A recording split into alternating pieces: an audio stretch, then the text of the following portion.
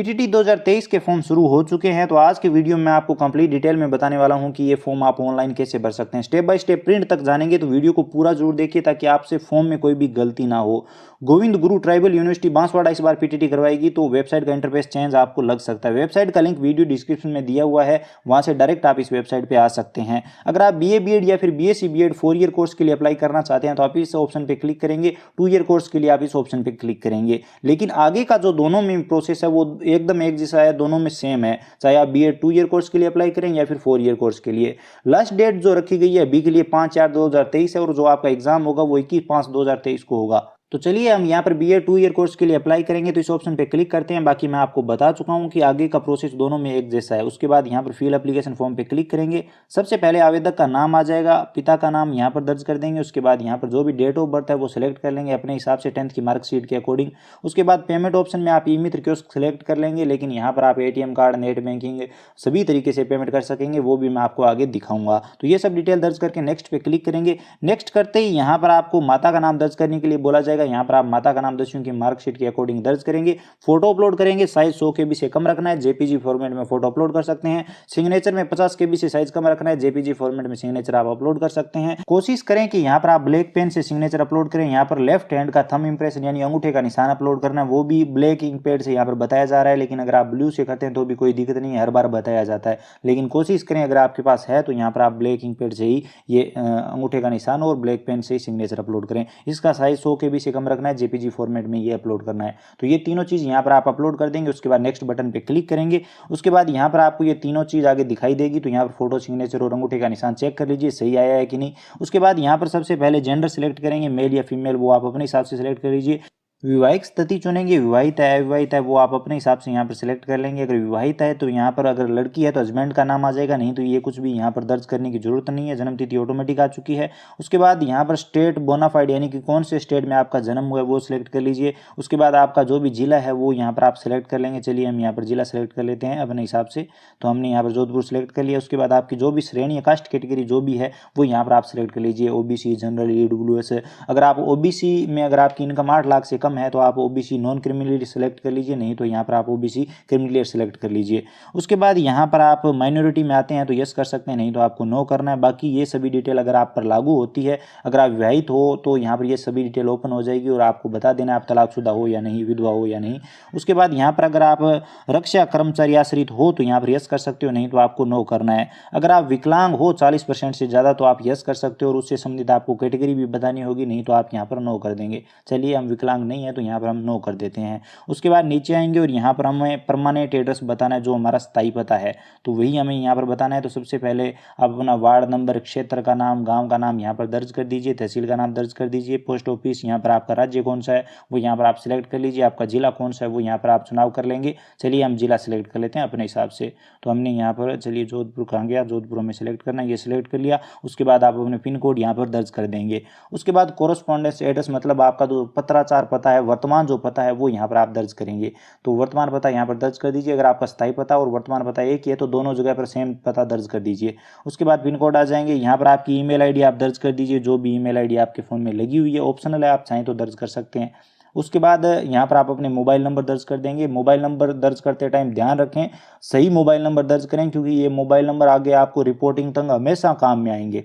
जी हाँ, जब तक आपका बीएड कंप्लीट नहीं होगा तब तक मैं कहता हूँ काम आएंगे। तो सही से और 4 बार चेक करके मोबाइल नंबर दर्ज करें। यहाँ पर फैकल्टी ऑफ ग्रेजुएशन चुनेंगे, आपके पास कॉमर्स था, साइंस था, आर्ट था, वो आप अपने हिसाब से यहाँ पर सिलेक्ट कर लीजिए। चलिए हम यहाँ पर आर्ट सेलेक्ट कर लेते हैं। अब आगे यहाँ पर टीचिंग सब्जेक्ट के कॉम्बिनेशन के बारे में बताया हुआ है, तो यहाँ पर आपको एक बार ध्यानपूर्वक देख लेना चाहिए। जैसे कि अगर आप सोशल स्टडीज यहाँ पर लेना चाहते हैं तो यहाँ पर इसके आगे जो भी सब्जेक्ट दिए हुए हैं इनमें से 2 सब्जेक्ट आपके पास ग्रेजुएशन में होने चाहिए, तभी आप यहाँ पर सोशल स्टडीज ले सकते हैं। सिविक्स लेना चाहते हैं तो इनमें से 2 सब्जेक्ट, यहाँ पर जो 2 सब्जेक्ट दिए हैं इनमें से एक सब्जेक्ट आपके पास ग्रेजुएशन में होना चाहिए, तभी आप ये ले सकते हैं। तो ये बात आप ध्यान में रखना। तो यहाँ पर चेक कर लीजिए, अगर आपने कॉमर्स वगैरह ले रखा है तो उस हिसाब से चेक कर लीजिए। उसके बाद यहाँ पर हमने बीए कर रखा है तो हम बीए सेलेक्ट करेंगे, अगर आपने बीए ऑनर्स वगैरह कर रखा है तो वो सिलेक्ट कर लीजिए। उसके बाद नीचे आएंगे, ग्रेजुएशन लेवल पर आपके पास जो 3 आपके मनपसंद सब्जेक्ट थे वो यहाँ पर आप सिलेक्ट कर लीजिए अपनी ग्रेजुएशन की मार्कशीट में देकर। तो यहाँ पर चलिए हम तीनों अलग अलग सब्जेक्ट सेलेक्ट कर लेते हैं। जैसे कि हमारे पास एक था यहाँ पर हिस्ट्री था, तो हम हिस्ट्री सेलेक्ट कर लेते हैं। जैसे कि ये रहा हिस्ट्री। उसके बाद दूसरा और तीसरा आप अपने हिसाब से सिलेक्ट कर लीजिए। जैसे दूसरा हमारे पास था यहाँ पर ये पॉलिटिकल साइंस, वो सिलेक्ट कर लिया। और तीसरा हमारे पास हिंदी साहित्य था, तो यहाँ पर हिंदी साहित्य का ऑप्शन नहीं है, हिंदी का ही ऑप्शन मिलेगा आपको। तो ये हिंदी साहित्य था, तो हिंदी साहित्य सेलेक्ट कर लीजिए। पोस्ट ग्रेजुएशन अगर आपने कर रखी है तो कौन से सब्जेक्ट से आपने की है वो यहाँ पर आप सिलेक्ट कर लीजिए, नहीं तो ये कोई ज़रूरी नहीं है। उसके बाद यहाँ पर टीचिंग, वो जो चूज स्कूल टीचिंग के लिए जो सब्जेक्ट आपको सेलेक्ट करना होता है, जो ऊपर कॉम्बिनेशन के बारे में मैंने आपको बताया था, वो यहाँ पर आप सेलेक्ट कर लीजिए। अगर आपको आपके पास ग्रेजुएशन लेवल में सोशल स्टडीज़ के वो दोनों सब्जेक्ट थे, जैसे यहाँ पर देख लीजिए सोशल स्टडीज़ में ये जो सारे सब्जेक्ट हैं इनमें से 2 सब्जेक्ट आपके पास ग्रेजुएशन लेवल में थे, तो आप यहाँ पर सेलेक्ट कर सकते हैं। चलिए हम सोशल स्टडीज़ सेलेक्ट कर लेते हैं क्योंकि हमारे पास ग्रेजुएशन में हिस्ट्री और पॉलिटिकल साइंस था। उसके बाद सिविक्स भी हम सेलेक्ट कर लेते हैं क्योंकि पॉलिटिकल साइंस हमारे पास था। उसके बाद यहाँ पर हम हिंदी सेलेक्ट कर लेते हैं। अगर आप ध्यान से देखेंगे तो ये सब चीज़ें आपको समझ में आ जाएगी। अगर आपके पास ये दोनों सब्जेक्ट नहीं थे तो अपने हिसाब से यहाँ पर आप सेलेक्ट कर सकते हैं। उसके बाद यहाँ पर आती है आपकी इनकम डिटेल। आपके परिवार की जो भी वार्षिक आय है वो यहाँ पर आप सेलेक्ट कर लीजिए। जैसे कि 0 से 2 लाख के बीच में सेलेक्ट कर लेता हूँ। बाकी अगर आपके परिवार की ज़्यादा इनकम है तो वो सेलेक्ट कर लीजिए। एग्जाम के लिए आप पहला जिला कौन सा सेलेक्ट रखना चाहते हैं वो यहाँ पर आप सेलेक्ट कर लीजिए, आपकी पहली चॉइस और आपकी सेकंड चॉइस, एग्जाम जहाँ पर आप देना चाहते हैं। उसके बाद आती है यहाँ पर आपकी एजुकेशन डिटेल, जिसमें सबसे पहले 10वीं की डिटेल आएगी। 10वीं आपने कौन से बोर्ड से कर रखी है वो सेलेक्ट कर लीजिए, कौन से साल में पास की है, आपके टोटल नंबर कितने थे 10वीं में वो यहाँ पर आप दर्ज कर दीजिए। जो मार्कशीट में लिखे होंगे आपको कितने मिले वो यहाँ पर दर्ज कर दीजिए, परसेंटेज ऑटोमेटिक आ जाएंगे। उसी तरह से आपको यहाँ पर 12वीं की डिटेल दर्ज करनी है, कौन से बोर्ड से पास की है और कौन से साल में आपने पास की है वो यहाँ पर पासिंग ईयर सेलेक्ट कर लीजिए, मार्कशीट में लिखा होगा। टोटल नंबर आपको कितने मिले और परसेंटेज ऑटोमेटिक आ जाएंगे।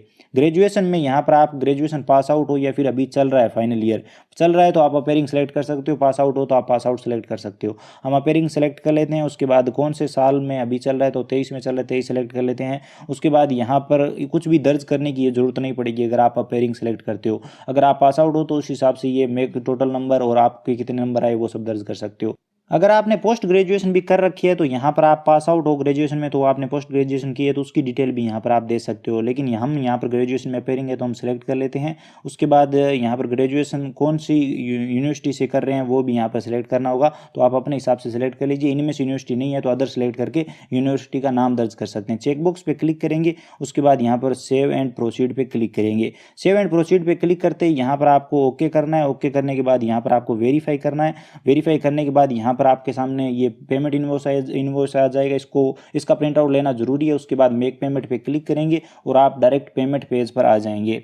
यहाँ पर सबसे सरल तरीका तो ये है पेमेंट करने का कि इस क्यूआर कोड को आप अपने फ़ोन पे, गूगल पे, पेटीएम से स्कैन करो और डायरेक्ट 5 रुपये का पेमेंट हो जाएगा। इसके अलावा अगर आप एटीएम कार्ड या फिर क्रेडिट कार्ड से पेमेंट करना चाहते हैं तो भी यहाँ पर ऑप्शन दिया हुआ है, इस पर क्लिक करेंगे, इस वाले ऑप्शन पे। उसके बाद यहाँ पर आप अपने कार्ड की डिटेल दर्ज कर सकते हो, जैसे कार्ड के नंबर, एक्सपायरी मंथ, ईयर। उसके बाद सीवीवी नंबर दर्ज करेंगे, पे क्लिक करेंगे, नंबर पे ओटीपी आएगा। उसके बाद ओटीपी देके पेमेंट हो जाएगा। यूपीआई, नेट बैंकिंग से भी आप पेमेंट कर सकते हो, लेकिन इसमें दिक्कत है कि नेट बैंकिंग में आपके थोड़ा सा एक्स्ट्रा चार्ज लगेगा।